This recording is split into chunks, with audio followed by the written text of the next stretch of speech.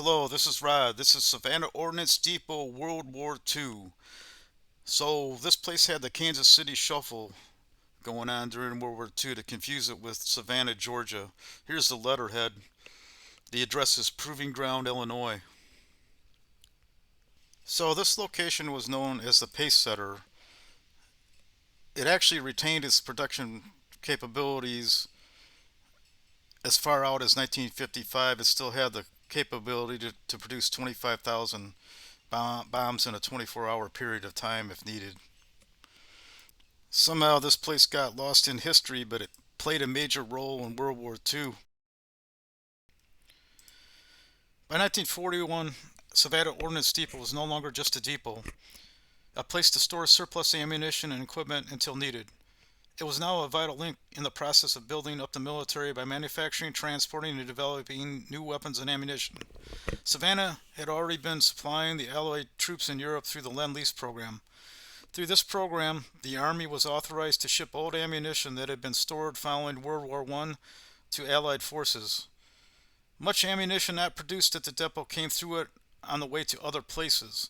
Some of it would be stored in the igloos or magazines for the time being.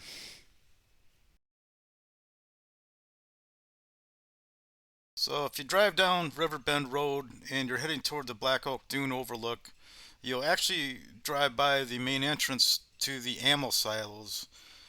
And there was 438 of them at this time in World War II, which is 1942 to 45. However, there was an explosion where one of them got destroyed. 8 miles of railroad track. So present-day Savannah. I happen to have one of the original photographs taken after the this is what it silo blew up. Presently looks like as of June 2021.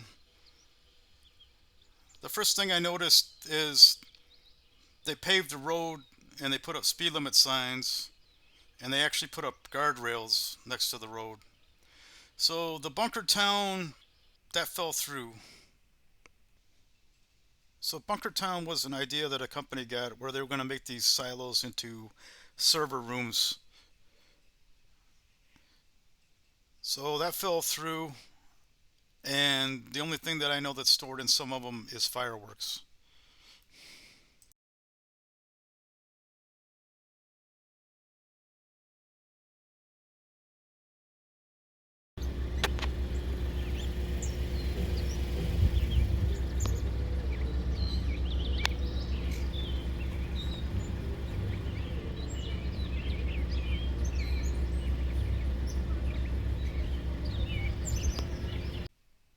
So occasionally in the news you'll see that there's still bombs going off from World War II. You'll see that in Germany a World War II bomb went off. So when you start to see news like that, most likely those bombs were actually manufactured at this location, especially when you get into the sizes that are 500 pounds, 550, 4,500 pound, 5,000 pound bombs. There's also something else is stored here in World War II. The atomic bombs were stored here for a couple of weeks. I saw it in a timeline. I don't know if they were actually just the housings or they were actually. So about 12 years ago, I went to the library and reserved 30 books on the Manhattan Project. And out of the 30 books, the Savanna Ordnance Depot was only mentioned in two of them. So I don't really know how accurate those books are, but this place was involved in the Manhattan Project. So the reason that the atomic bombs were stored here for 2 weeks is they had to make sure that they would fit in a B-29 airplane. So this place had a runway at that time and an airplane, and specifically a B-29 touchdown, and they made sure the atomic bombs would fit in. So the reason I brought this up is there's a tourist attraction that was popular with Japanese tourists. It's called the Field of Dreams movie site, and it was a movie about baseball with Kevin Costner. It was filmed in 1989 in Dyersville, Iowa. It's 65 miles from this location.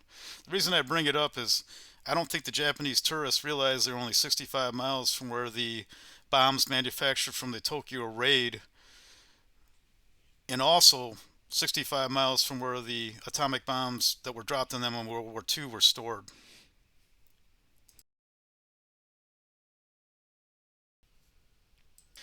So I see even in 2016 they discovered a 155 millimeter mustard round at this location, and it was destroyed in 2017.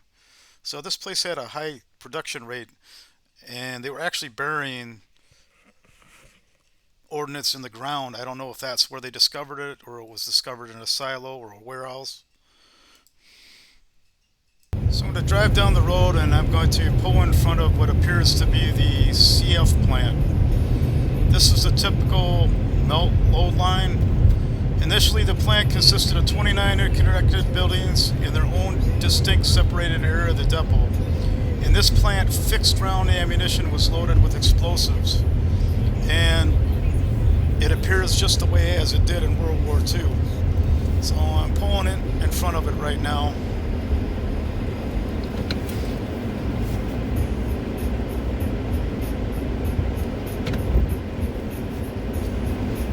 So now I'm going to drive and do a circle and show you what the warehouses look like with the over 4 million square foot of storage space.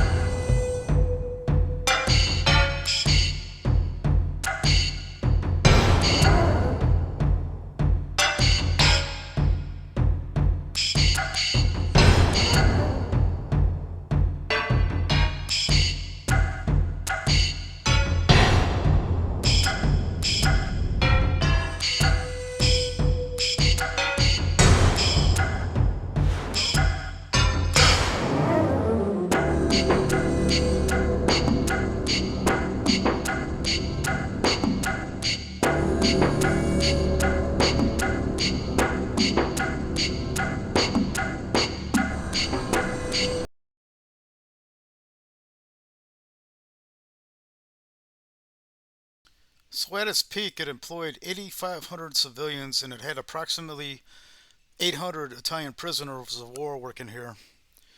So you can thank this place for the beginning of the feminist movement, as most of the workers, a large number of them, were women. And a lot of the male workers got drafted.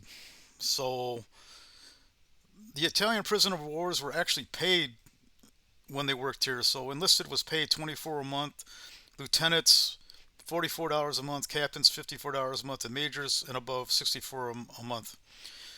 They actually qualified for special treatment for their contributions. They were often taken on sightseeing tours and in nearby communities for recreational activities. A group was taken to the movies every weekend also. So I actually had an uncle that was one of the 1,857 employees that got drafted. And he had a job here at 18 years old, right out of high school, as an inspector. So since he knew about ordnance, he actually got put in ordnance as a technical sergeant, and his job was actually clearing landmines for the Normandy invasion as well as he was in the Battle of the Bulge and the liberation of the concentration camps. So at that time, they used a knife, and they would crawl on the ground, and that's mostly how they would find landmines. He survived, but I do know his co-worker didn't make it. So this is what the World War II landmines that the U.S. had looked like, and they would put flags up if they couldn't clear the mines, and you could stack the flags on top of each other if it was high grass. I do believe the Germans had mines that these metal detectors wouldn't detect toward the ends of the war. So they would smear grease on their face, go out at night, crawl on the ground with a knife, and try to find landmines. That's basically what the story was. So this place, again, was the start of feminism. You have the woman ordnance workers.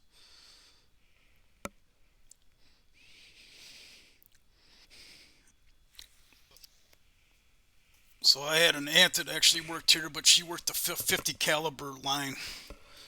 So she would belt the ammunition. But saying 36% of the employee ordnance workers were women. But the firemen were actually firewomen because all the men got drafted.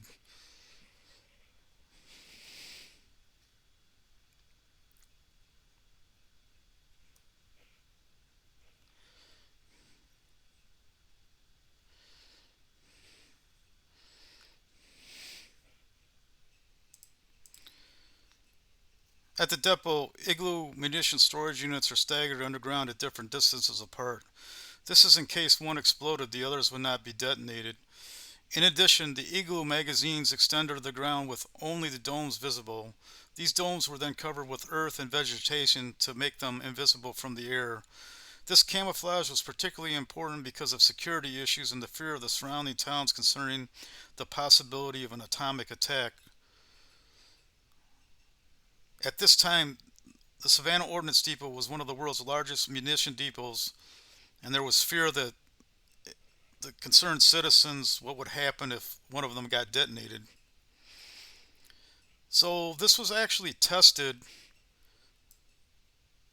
at 8:50 p.m. on January 21, 1948. An explosion of an igloo storage magazine which held anti-tank mines occurred at the Savanna depot. The high explosive stored in the igloo contained both TNT and tetrol and ripped the crater into the earth approximately 100 feet in diameter and 50 feet deep. The effect of the blast was felt throughout the surrounding areas and even showed on seismic readings as far away as Chicago. The hardest hit area was Hanover, Illinois. According to reports on the blast, every plate glass window in the town was blown out, and folks in the Hanover theater said that the blast raised them 6 inches off their seat. It blew a calf out of a barn as well, but the animal was uninjured.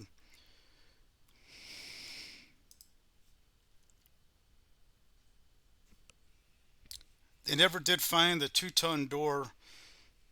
Legend has it it's at the bottom of the Mississippi River. So they actually ran out of room after the war was over and they started burying the bombs. So this place is 14 miles long by 4 miles wide, has 138 miles of road and 68 miles of railroad track. So the ammo silos are actually hard to spot now even from the road. You have to know what to look for.